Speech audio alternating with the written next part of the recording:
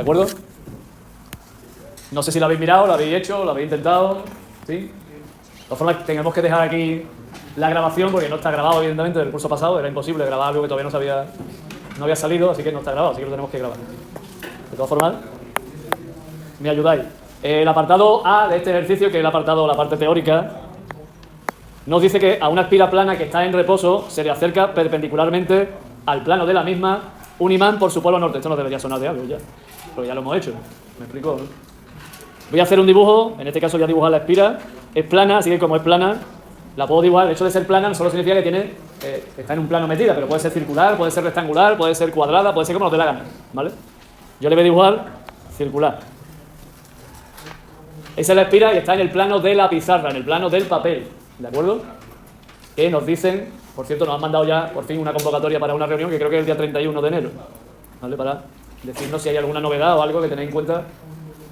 Espero que ya no tenga que ver con lo que estamos explicando, porque ya entonces ya es un poquito tarde para decirnos lo que hay que explicar. De todas formas, ya nos mandaron las observaciones y todo ese tipo de cuestiones y consideraciones antes. Lo que pasa es que a lo mejor nos cuentan algo sobre cómo será el examen, o si hay algún cambio o no. Directamente nos dicen, mira, estamos aquí porque no hay ningún cambio, para que lo sepáis. Pero es que creo que ha cambiado la coordinación, ya no es el mismo coordinador y a lo mejor por eso también quiere decirlo. Bueno, total, tenemos la espira y nos dice que se le acerca perpendicularmente, claro. Yo perpendicularmente no puedo dibujar el imán. Quiero decir, si la espira está en el plano del papel, el imán debería estar aquí, ¿vale? Pero claro, como todavía no tenemos la pizarra tridimensional, algún día no la tenemos, yo empiezo a dibujar aquí, ¿no? Y hago aquí un dibujo de la pizarra. Así que como lo vamos a tener que dibujar en el papel, pues lo ponemos en el papel. Y dice que se acerca un polo norte, ¿vale? Y acercarse significa que estaba más lejos y ahora está más cerca. Es lo que significa acercarse, claro, es increíble, ¿no? Es como, me suena a la... Bueno, mejor que no lo diga por eso de los años que no conocéis seguro, ¿no? Vaya, hombre, sí, eso iba a decir, de Barrio Sésamo, ¿no? El coco, ¿soy más cerca? Ahora no, pues, algo así, ¿no? Pues lo mismo, básicamente. Me pregunta, realice un esquema en el que se represente la dirección y sentido del campo magnético inducido en la espira. Y después justifique el sentido de la corriente inducida en la misma. Es decir, lo que hemos hecho habitualmente. Ver lo que ocurre, dibujar el campo inducido y con el campo inducido el sentido de la corriente inducida. ¿Vale? Bueno, pues voy a hacer un dibujo primero del campo magnético no inducido, sino el campo magnético que genera el imán. ¿Nos acordamos de cómo es el campo magnético que genera un imán por su polo norte? Voy a dibujar así de blanco, ¿no? Tenía unas líneas que, acordados, hacen una cosa así. Pero estas, por supuesto, como salen por aquí, pues no las voy a cerrar, pero todas están cerradas. Podría dibujar infinitas líneas aquí, podría estar hasta mañana, pasado, dibujando líneas, pero vamos, no lo voy a hacer. Esas son las líneas del campo magnético, que para que se vea mejor y que quede claro que la espira está en el plano del papel, el otro día creo que, no sé si os acordáis, lo dibujaba de manera que, de alguna forma, parece que están como penetrando por ahí, ¿no? Le pongo aquí un poco así, discontinua, ¿no?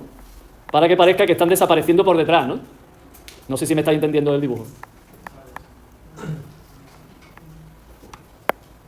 Es decir, entran por aquí, este es el punto de entrada, y al entrar, pues de alguna forma están por detrás. La discontinua significa que están por detrás. Es decir, que tenemos líneas que entran, ¿estamos de acuerdo o no? Pero al acercar el polo norte, esas líneas están aumentando, ¿estamos de acuerdo? No he querido pintar cuando está más lejos, porque si no va a ser un follón de líneas ahí, pero a medida que se acerca, aumenta el número de líneas de campo que entran en la superficie. Aplicamos entonces lo que dice la ley de Lenz.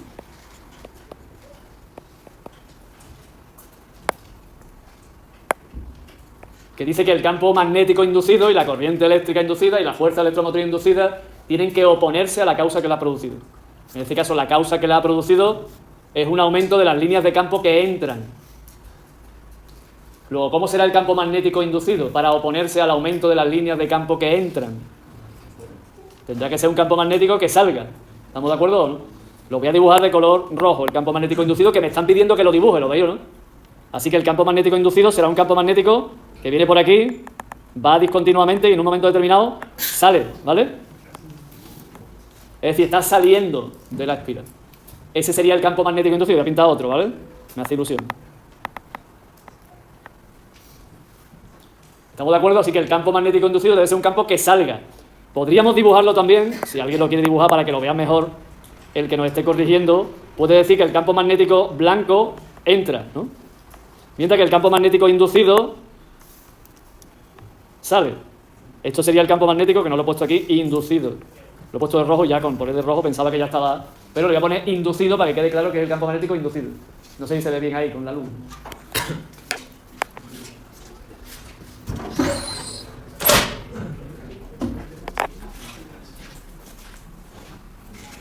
¿Vale? Ya hemos respondido a la primera cuestión, la dirección y el sentido del campo magnético inducido.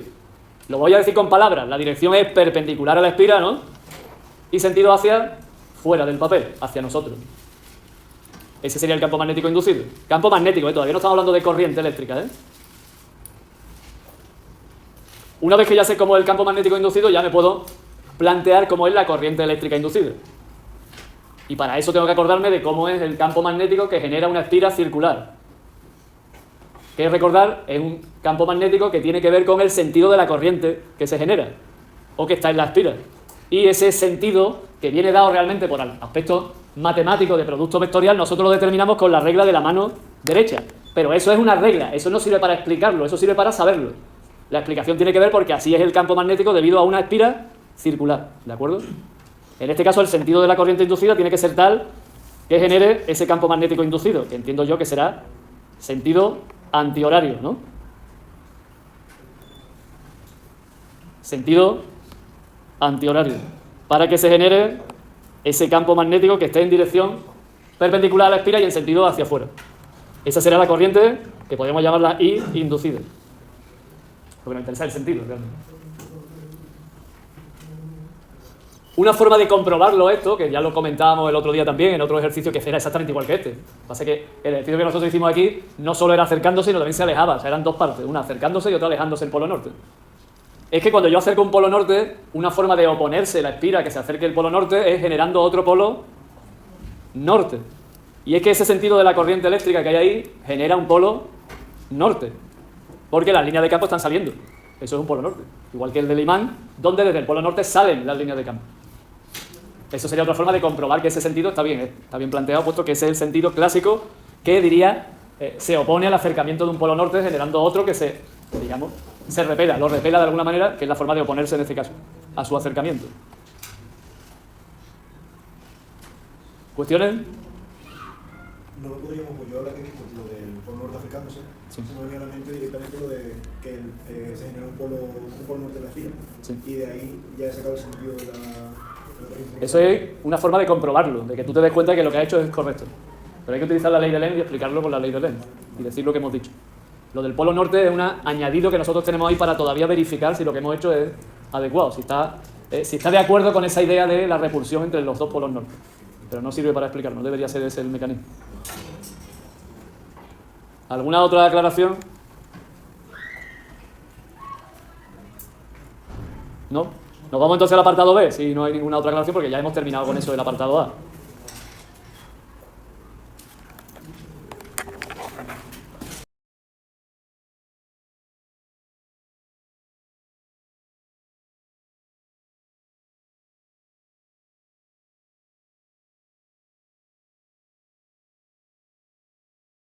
El apartado B ya quieren que hagamos en la práctica un cálculo relacionado con la inducción electromagnética, que es el fenómeno que aquí se está tratando en este ejercicio. Nos dicen que una espira, estamos en el apartado B, una espira conductora ahora cuadrada, de lado, voy a escribir los datos, 0,05 metros, se encuentra en una región en la que hay un campo magnético perpendicular a la espira, o sea, tenemos un campo magnético que es perpendicular, y cuyo módulo varía con el tiempo, con esta expresión, con esta función que es 4t menos t cuadrado. Todo ello expresado en el sistema internacional.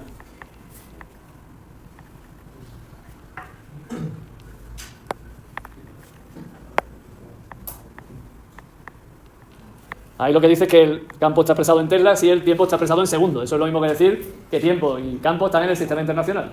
Cosa que me parece más rápido de escribir que no escribir todo eso que está ahí entre paréntesis. Me preguntan primero cuál será la expresión del flujo magnético a través de la espira. Flujo magnético, evidentemente, que va a cambiar con el tiempo. Eso es lo primero que me están pidiendo. ¿Cuál es la expresión del flujo magnético? Que lo normal es que como cambia el módulo del campo, cambie con el tiempo. Me piden en segundo lugar cuál es el módulo de la fuerza electromotriz inducida en el instante t igual a 3 segundos. Lo del módulo de la fuerza electromotriz inducida, bueno, yo entiendo que se referirá al valor absoluto. La fuerza electromotriz inducida inicialmente no es una magnitud vectorial para hablar de módulo, pero bueno, entiendo que se refiere, o alguien se ha equivocado o se refiere al valor absoluto de la fuerza electromotriz inducida. Nosotros vamos a calcular la fuerza electromotriz con su signo y después, si acaso, la expresamos en forma de valor absoluto, pero de hecho, tal y como está el campo escrito aquí, la impresión es que me da que va a dar positivo esa fuerza electromotriz si elegimos adecuadamente la superficie. Y por si no habíamos hecho bastante, nos piden un tercer subapartado, que este no le he puesto yo el problema, ¿eh? Eso está en selectividad, ¿eh? Digo por si... Y dice que determina el instante de tiempo para el cual no se induce corriente eléctrica en la espira.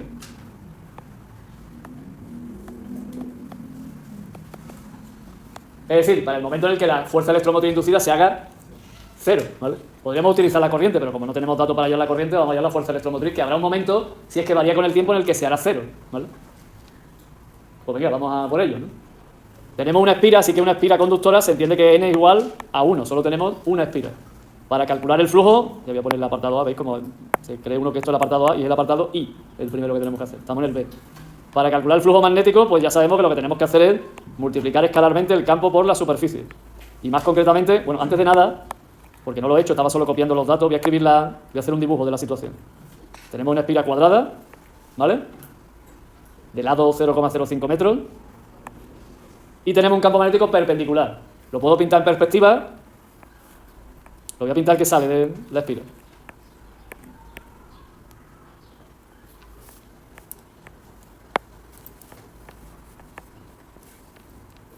He borrado tanto que al final me he dejado sin campo. O lo puedo dibujar también en forma de, ya sabemos, vector que sale o que entra. Voy a dibujar el campo así. Antes de seguir, también tenemos que decidir cuál es el sentido de la superficie. Por eso ahí habla del módulo de la fuerza electromotriz. Porque según lo que nosotros elijamos como superficie, si yo elijo lo que voy a elegir, me va a dar un signo, y si otra persona lo elige de otra manera, le va a dar otro signo. Por eso ha decidido ponerlo del módulo, que insisto, creo que debería ser el valor absoluto, pero bueno. Yo voy a elegir como superficie, puesto que es una espira plana, también voy a elegir superficie que sale hacia nosotros, ¿vale? Con el objetivo de que el ángulo que forman campo y superficie sea cero, básicamente. Pero eso no es obligatorio, eso puede decidirse, y acordaos que el hecho de elegir la superficie así nos da el signo de la fuerza electromotriz, precisamente. Calculamos entonces el flujo. El flujo era producto escalar de B por S, o lo que es lo mismo, módulo del campo magnético, módulo de la superficie, coseno del ángulo que forma. A la vista de lo que yo he elegido, este ángulo es 0 grados, ¿no? Y el coseno vale 1, ¿de acuerdo? Y la superficie, como un cuadrado, será lado al cuadrado. ¿Estamos de acuerdo o no? Es decir, que el flujo sería entonces el módulo del campo multiplicado por el lado al cuadrado. El módulo del campo está ahí escrito y cambia con el tiempo. No sé por qué ahora no quiere escribir.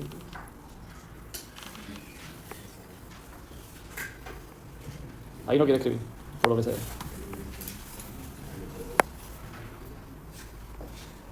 Y L cuadrado, pues L cuadrado. Ahora ponemos cuánto vale y deducimos ya cuál es la expresión del flujo en función del tiempo. L es 0,05, lo voy a poner ya porque si no, lo voy a tener que poner otra vez igual todo detrás. 0,05 metros cuadrados, al cuadrado, quería decir. Así que ya podemos determinar el flujo en función del tiempo. 0,05 es 25 por 10 elevado a menos 4, 2,5 por 10 elevado a menos 3, 2,5 por 10 elevado a menos 3 por 4 es 10 por 10 elevado a menos 3, 10 elevado a menos 2.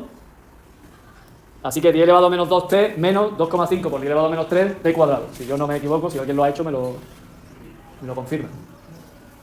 El flujo entonces magnético en función del tiempo, que es lo primero que me pide el ejercicio, sería, hemos dicho, 10 elevado a menos 2 t menos 2,5 por 10 elevado a menos 3 t cuadrado.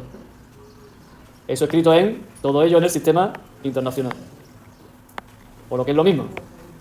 El flujo está escrito en Tesla por metro cuadrado siempre y cuando el tiempo se escriba en segundos.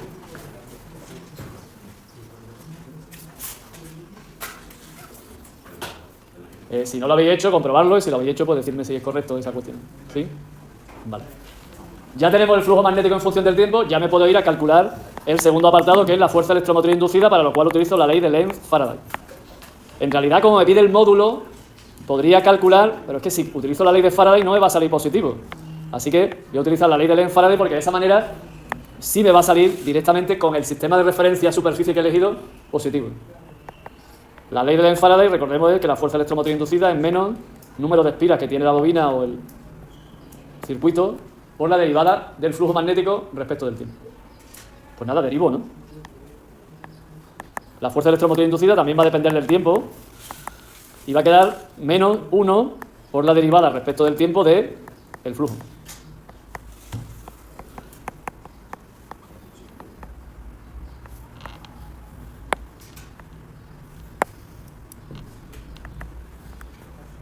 Si yo no me equivoco, eso queda menos queda más, menos queda más. Queda menos 10 elevado a menos 2, que sería la primera derivada, ¿no? La derivada del primer sumando, ¿no? Y más, voy a ponerlo ya 5, ¿no? Porque hay que derivar el t. 5 por 10 elevado a menos 3, t. Todo eso en el sistema internacional. Ese sería el flujo, la fuerza electromotriz inducida en cualquier instante, en función del tiempo. He hecho la derivada ya directamente, ¿eh? El 10 elevado a menos 2 queda 10 elevado a menos 2, puesto que tiene t detrás, y el t cuadrado queda 2t multiplicado por 2,5 queda 5 por 10 elevado a menos 3 con el menos, y ese menos quedaría más. Esa sería la fuerza electromotriz inducida en función del tiempo. Habría que determinar la fuerza electromotriz inducida en el instante t igual a 3 segundos. Es decir, habría que sustituir, donde pone t, pondríamos 3 segundos.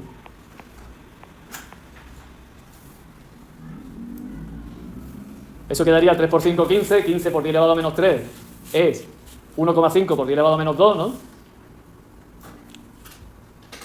Y 1,5 menos por 10 elevado a menos 2 menos 10 elevado a menos 2 queda 0,5 por 10 elevado a menos 2, o lo que es lo mismo, si yo no me equivoco, 5 por 10 elevado a menos 3. Positivo, ¿eh? En este caso, como yo pensaba que me iba a dar el flujo, en este caso. Unidades, voltios. Como me pide el módulo, yo lo voy a poner entre comillas lo del módulo, porque insisto que el módulo querrá decir valor absoluto. Una fuerza electromotriz no es una magnitud vectorial, por lo menos no la hemos interpretado así para hablar de módulo. Como ha dado positivo, pues ya hemos calculado lo que querían que calculase.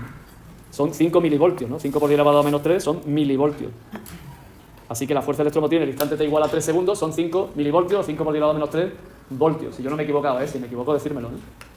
Que no he cogido la calculadora y no lo había calculado antes, lo estoy haciendo ahora mismo con vosotros, ¿eh? ¿Está bien? Perfecto. Con la fuerza electromotriz inducida en función del tiempo, ¿podríamos determinar en qué instante se hace cero? Como tenemos la fuerza electromotriz inducida en función del tiempo,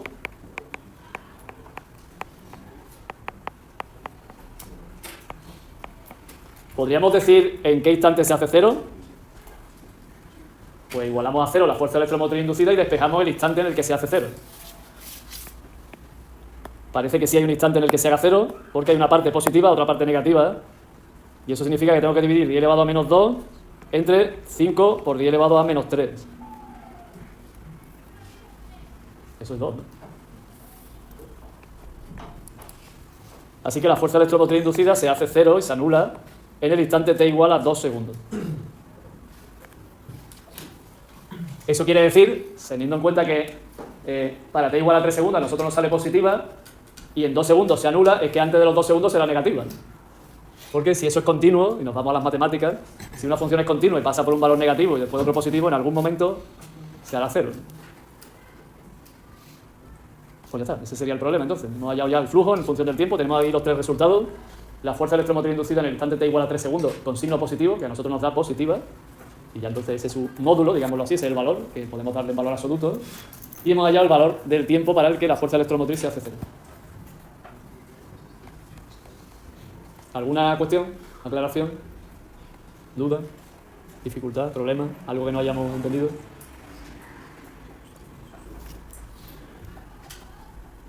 Voy a poner este segundo un poco más pequeño, que parece un 5, ¿no?